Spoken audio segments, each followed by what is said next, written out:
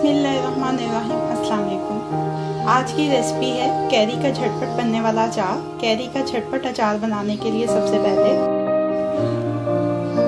100 ग्राम carry लेके छोटे cubes में काटी है। इसमें ऐड करेंगे आधा टीस्पून कलौंजी, 1/4 टीस्पून राई दाना, 1/4 टीस्पून मेथी दाना, 1 टीस्पून सौंफ, 1 टीस्पून नमक, 1 टीस्पून लाल मिर्च का पाउडर, आधा टीस्पून हल्दी पाउडर, 2 टेबलस्पून सफ़ेद सिरका,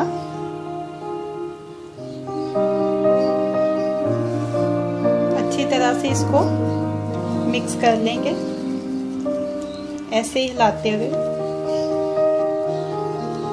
ये अच्छी तरह से मिक्सअप हो चुका है।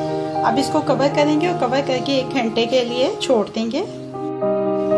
1 घंटा हो चुका है, अचार रेडी हो गया हमारा। अब इसको अपने सर्विंग बाउल में शिफ्ट कर लेते हैं।